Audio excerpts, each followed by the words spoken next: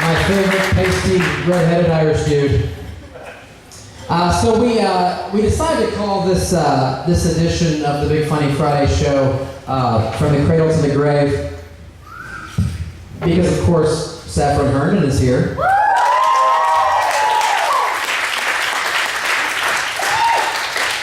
And she was born not too long ago, so she's the cradle part. And then your next comedian, who might not make it through a set, folks. Just saying it's a possibility. Let me get this out of his way, because, you know, old folks. All right, folks, let's get him up here.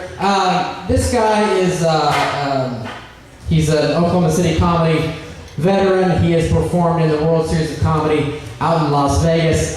Later on this month, he will be in New York City shooting a comedy special called Funny Over 40. Ladies and gentlemen, the very funny Stan Silliman.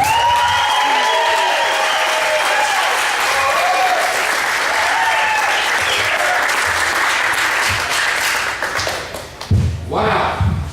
Cradle to the grave. Let me tell you, they didn't consult me when they came up with that. They came up with that title. I don't know how they came up. I think it was. I did a show in New York City some years back, and where the headliner was Pete Davidson. I don't know if you know that name, but Pete was 17 at the time, and we were kind of comparing notes, and I realized I was 4 times his age. So I was telling Brad, I said, if I ever did a show with Safi, like last year when she was 10, I said, there's a chance that I could be doing a show where I'm 7 times her age.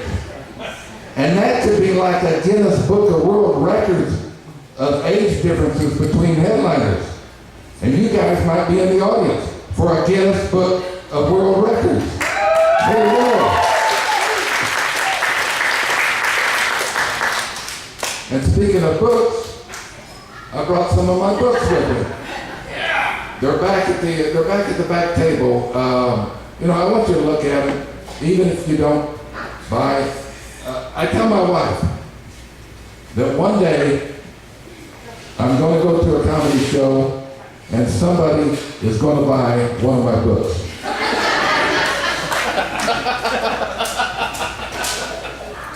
So you got to learn in this business, you got to remain optimistic.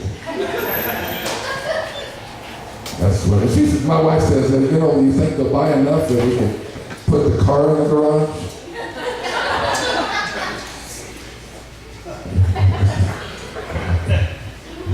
Oh, I do enter a lot of comedy contests, comedy festivals, and when I do, they want a little bio information on you, and something for publicity, and I always give them something in the third person. I say that Stan Silliman is an old, gimpy, arthritic, one-handed Jew who walks like a zombie. And even with all that going for him, he probably still won't win a contest. Probably still won't win it, yeah. People think because I'm old, I'm not up on the current trends, but that's not true. For Halloween, all the candy I gave out was crushed.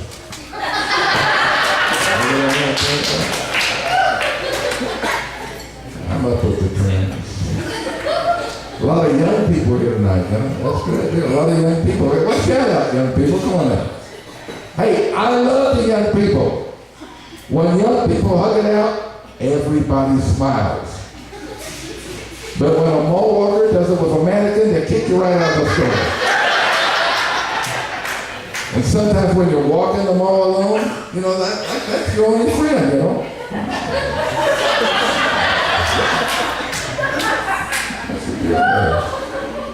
I write a lot of sports columns. If you look at my books back there, you'll see some of them on sports. One of my favorite subjects, a sports column, was an Olympic skier named Peekaboo Street. I don't know if some of you remember her, some of you know her, and some of you may not. But what she does now, she's a professional speaker. She goes around giving inspirational speeches. And a few years ago, she gave a commencement speech to the Colorado School of Medicine, and she gave it in the wing of a hospital. And I read about that and I thought, wow, somebody missed the bet. They should have got on the intercom and called her to the intensive care unit. Peekaboo, ICU. Peekaboo, ICU.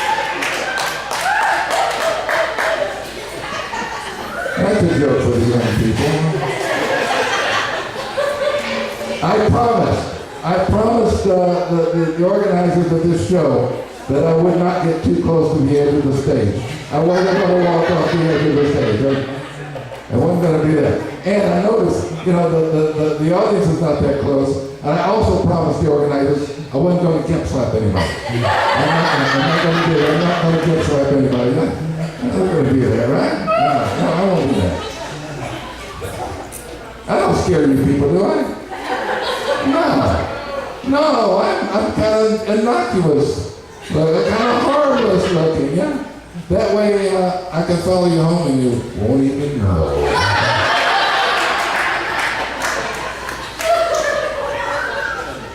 I do scare a few people. I do scare the Canadians that are in the back of the room, around there. They're looking at me and say, oh my God, this is what could happen to you. Keep doing this stuff too long. Savvy, get out now. No, I'm just kidding. I wouldn't want her mad at me. She's from Texas. She could be packing. You know that. But there were some other people I scared. During Halloween, I happened to put on this costume and scared my neighbors. I wore a pair of khakis, a sport coat, button-down shirt, and I went around the neighborhood as Bernie. My neighborhood. Wore these glasses. I want your support. I don't want your candy. I just want you to pay a little more tax. They kept shutting the door on me. You guys have a good Halloween? You into it? You excited about Halloween? I'll tell you, there was one group of people that didn't get to enjoy Halloween. Didn't get to participate. That's registered sex offenders. I mean, like this is like their Halloween is like their Christmas, their New Year's, their Thanksgiving, all rolled into one. And they just had to turn their lights off, press their nose against the window, and watch all the amateurs giving out candy. And they're like professional candy giver hours.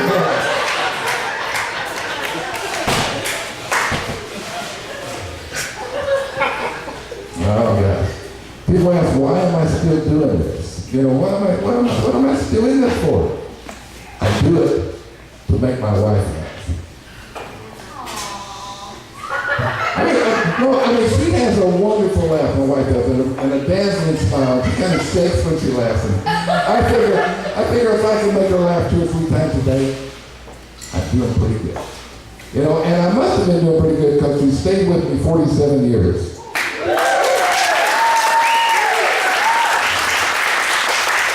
People ask, what is it that, makes for a long marriage?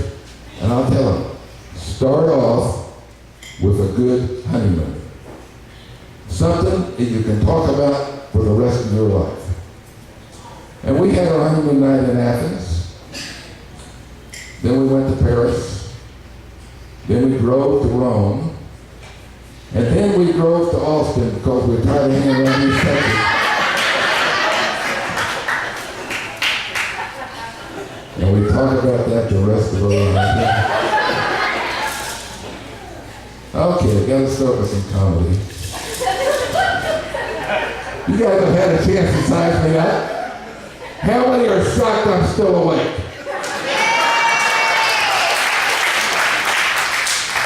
I once fell asleep during a rectal examination. That's when they kicked me out of proctology school. But I recently got one of those colonoscopies. Anybody else have the pleasure? I know it wasn't the young folks. Some of you had it, right? Yeah? Let me tell you, I haven't been penetrated that deeply since the last time I was abducted by aliens. Jose and Manuel.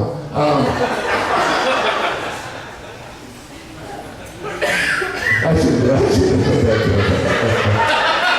I'll tell you why I shouldn't do it. I shouldn't do it because I'm afraid Donald Trump's going to pick that up and use it in his campaign. A little bit worried about that.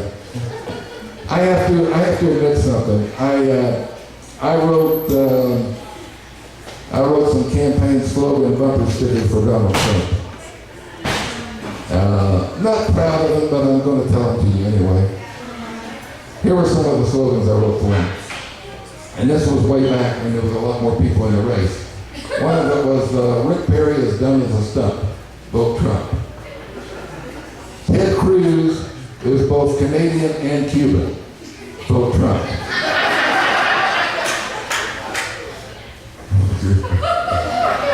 Jeb, a bush you can piss on. Vote Trump.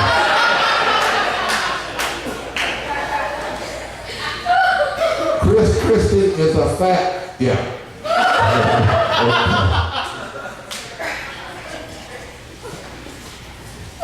When America goes bankrupt, have someone in office who knows the ropes. Vote Trump. He shut down Atlantic City, he can shut down the border. Not proud of him. Not proud of him. Not proud of him. You guys, I want to say this might be my last go around. So you might want to take pictures of me if you got a chance. I'll pose. If you got the new iPhones, you got them, you can take it. So you got the new iPhones, you do? Did you notice? They waited to bring out the new iPhone until after Joan Rivers had died? They were waiting for the plastics market to stabilize. Come on, guys. Joan Rivers would have liked that joke.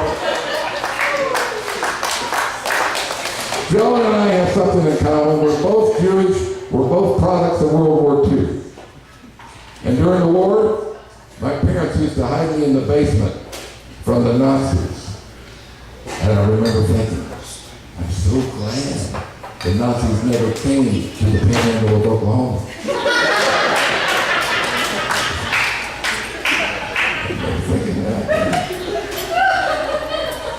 Some people familiar with the Panhandle? You know that? You know the area? Some of you, anybody from there? I don't know. Let me tell you something about the Panhandle.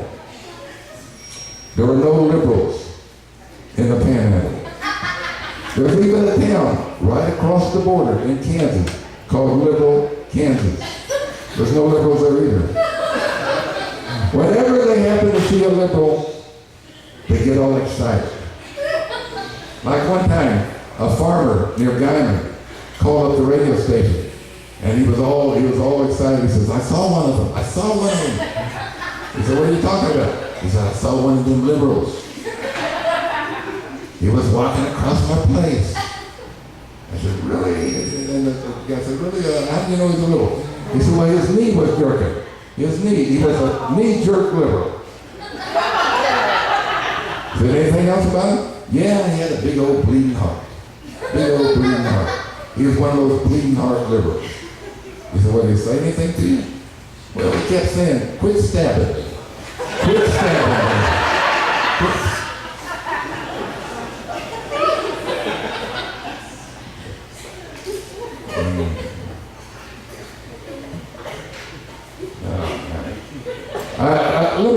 I don't want you to applaud this, but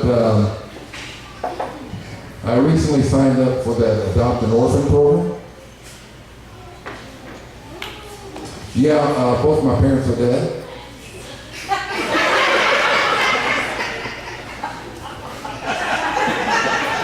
They said, well, we never had an orphan with a white mustache before. And I said, the sun will come up tomorrow, tomorrow.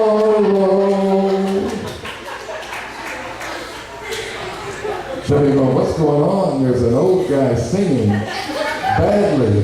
What do we do? Take a wrong turn and end up in Branson?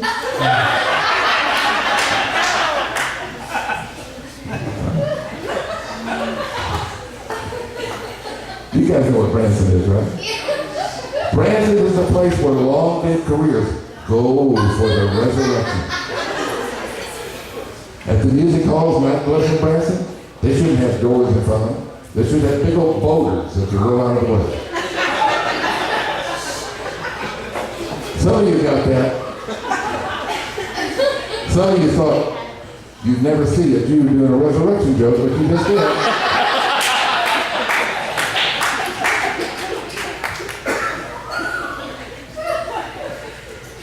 Oklahoma City has a sense of humor. You guys buy that? You guys go for that? You people from Texas understand that?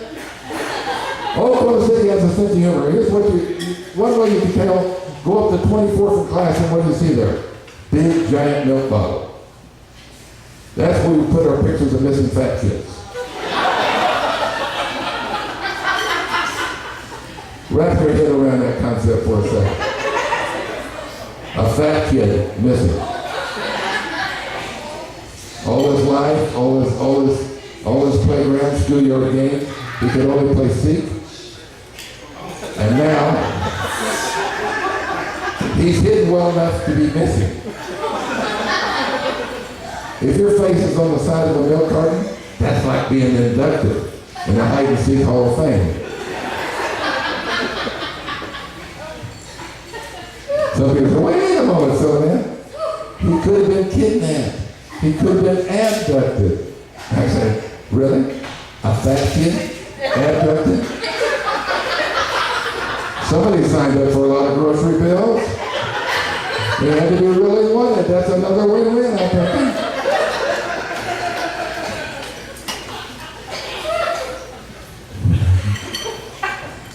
Oh, I've done that joke for a while. One time a lady comes up to me and says, she says, you know, I know you're just doing jokes, but my boy is chubby. And he ran away from home. I said, seriously? Ran?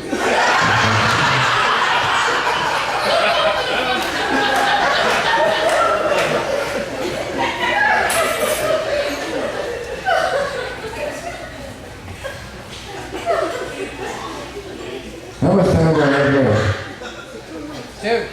2 minutes? All right, let me ask this one. I'm going to walk around the stage a bit, but am I the only one who took those walk like a zombie lessons?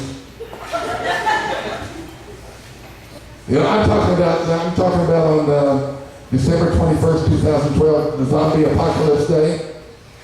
You guys remember that? I lived 3 blocks from the cemetery. I was going to blend in when they came walking into my street. I took so many walk like a zombie lessons, I cannot now not walk like a zombie. And you know, and the zombie apocalypse never happened. That's like $2,000 I'm never going to get back. I think that's proof there's no God. Because what kind of God would let a Jew lose money like that?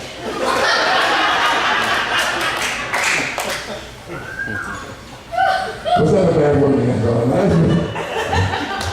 I am exactly the wrong person to be telling the joke that there is no God. Okay.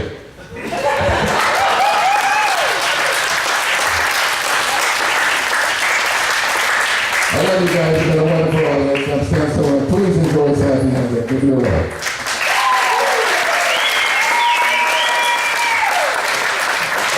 Stan Silliman, ladies and gentlemen.